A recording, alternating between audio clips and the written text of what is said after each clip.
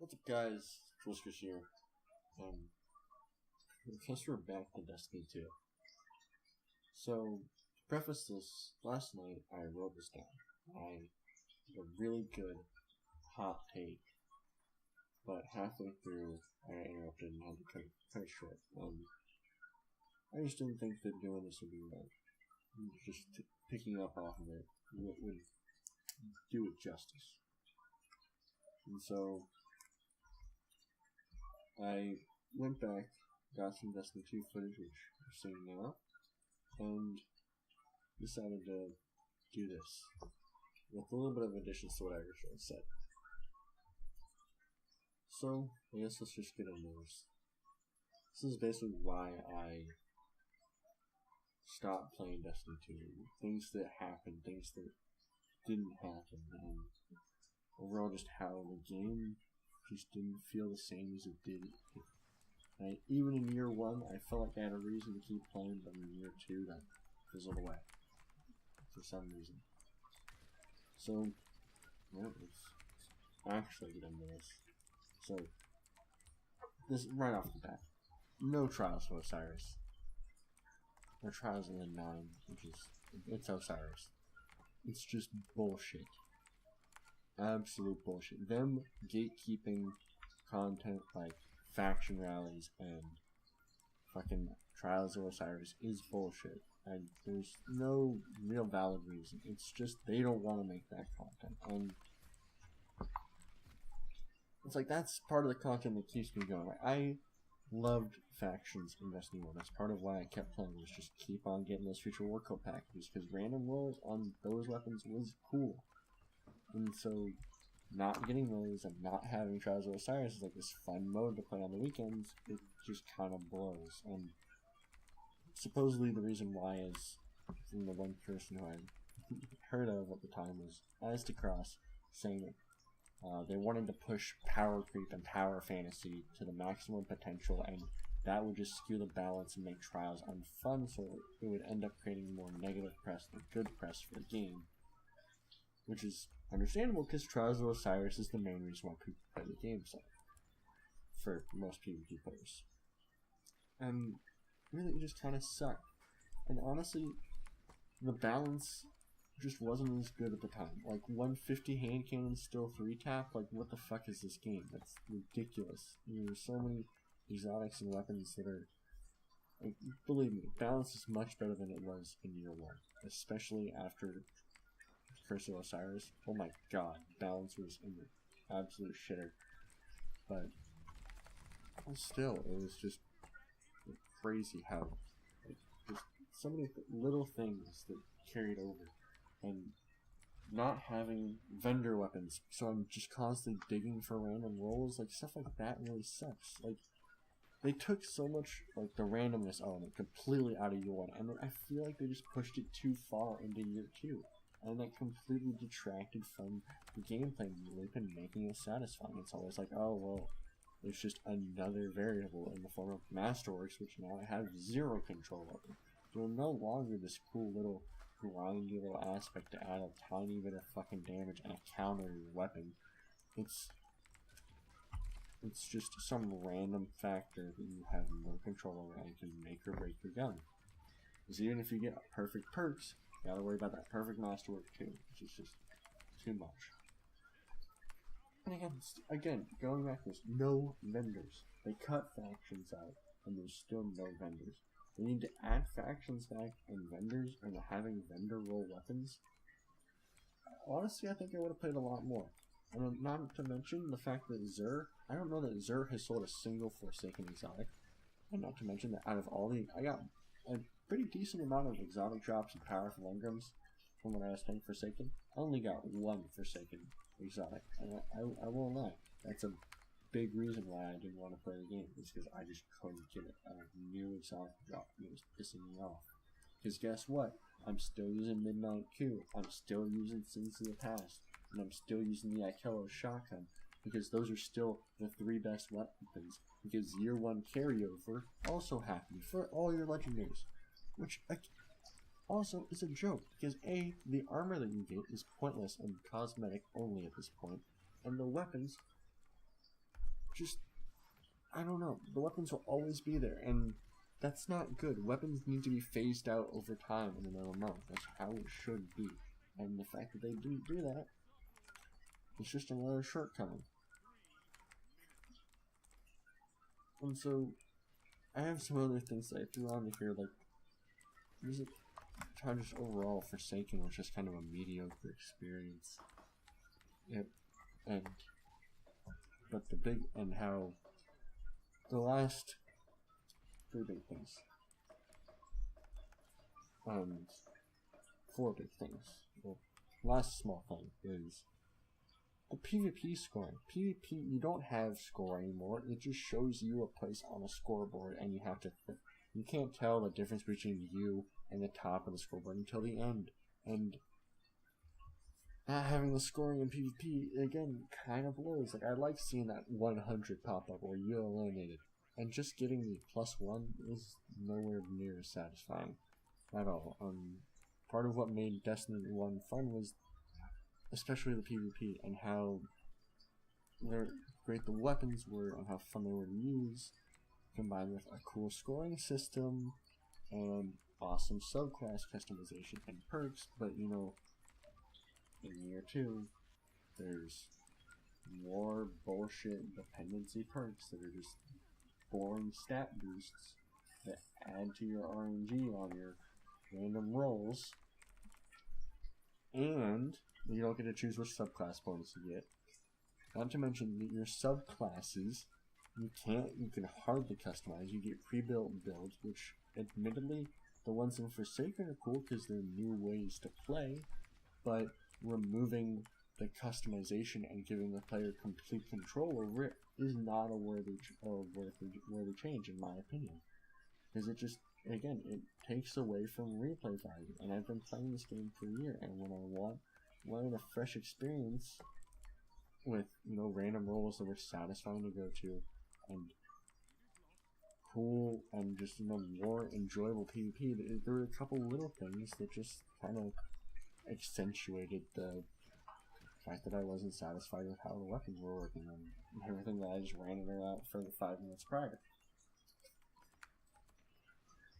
And these last 2 things are, I won't lie, the 2 biggest things. These are the real kickers that made me not want to play this game, and this is where I'm going to kind of ham-fist the part where I say that I played Year 1 Destiny 1.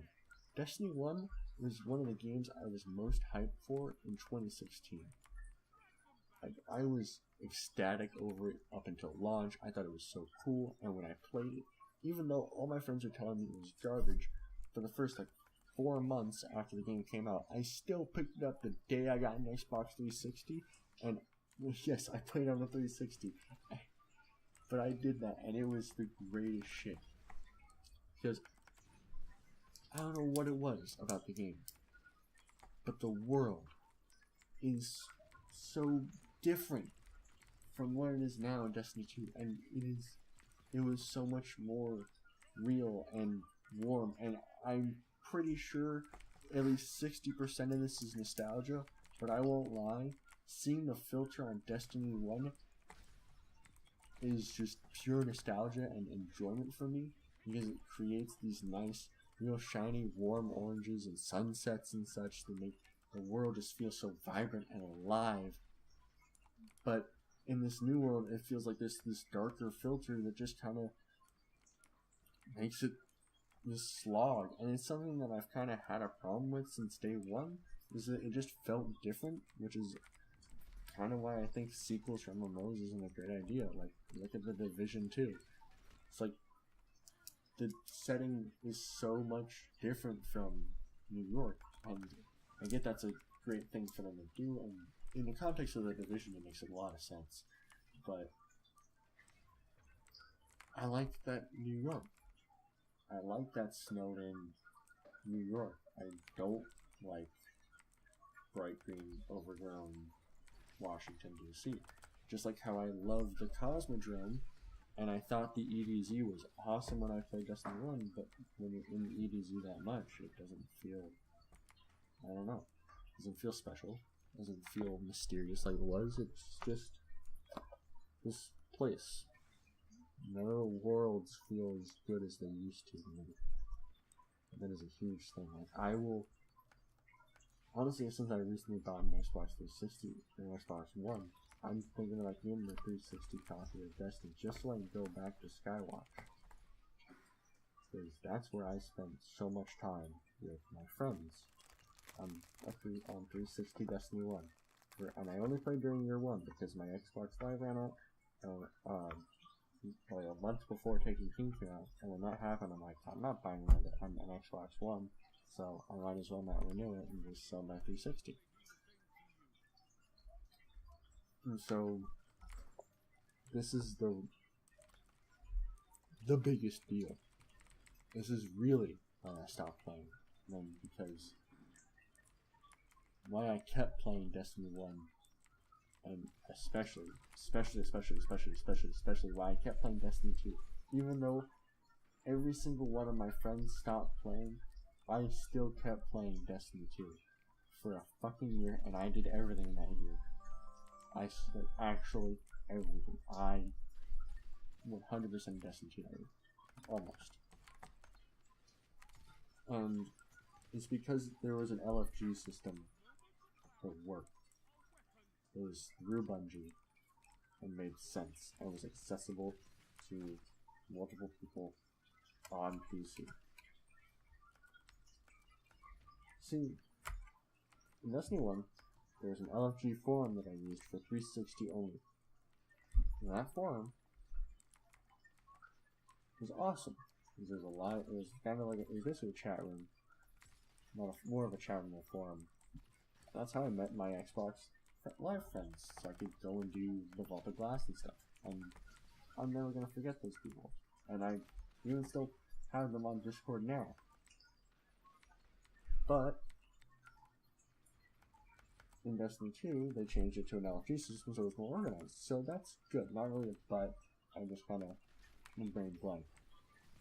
So it upgraded from that so that you had you could build a group, list what the group was for, description and such, and then people would physically click to join that group, and you could see how many people you had. And then it would create a chat room for that group. So rather than just rapidly typing on the controller a message to someone to get in your group. And so that was a very good system. And that's what kept me playing through year 2, was because that was how I found almost every raid. And that's how I found the clans that I spent time with. You know, things don't stay the same, but that's how I met everyone in that game. And that's what kept me playing the game, was that constant sense of community and finding people to play with. And having all these people on my friends list, and always being able to do something that felt meaningful, and that wasn't around for pointless stat boosts that aren't fun and interesting. Or playing with randoms. It was me just playing with everyone and getting to actually talk and spend time with everyone in the game, which was awesome. And then Bungie introduced a different version of that system, which just gutted it of all its communication and just made it really sluggish. It's not very user-friendly. It looks cool, but it's not user-friendly at all. And I don't have a clone to start with, and it's very hard to find a LFG Discord that has consistent players, which is kind of hard to find Destiny games. Sorry. I don't know. Like, this is the drawn out part where I say Destiny is just much better with people. I originally wrote as friends, but just with people, like playing with other gamers and just talking with other people. That's what made the game fun. And when you take that away, combined with it's more like when you take that away, that lackluster experience actually registers. Because up until that point, you're spending that time with someone, and so you're valuing the game as much as you value spending time with that person, much more than you would value the game, rather than valuing the game on its own. That's when you realize their flaws.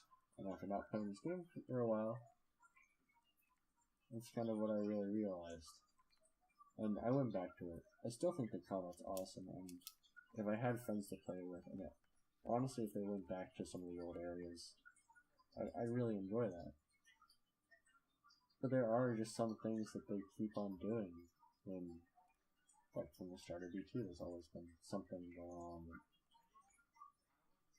changes something that doesn't ring well with me, at the very least. So, I think this video is pretty well drawn out. I hope you guys enjoyed the gameplay in the background. I haven't played this game in fucking forever. But this is something that is kind of like my final talking about Team Fortress 2 video. It's like, it's a mess to a point, and it could be kind of jumbled and there's some gaps between things, but this is really just something that I want to say, that I need to say, that because this game really is important to me. This was my go-to game for 2018. And it's a shame that the big expansion that was meant to revitalize everything kind of fell short for me.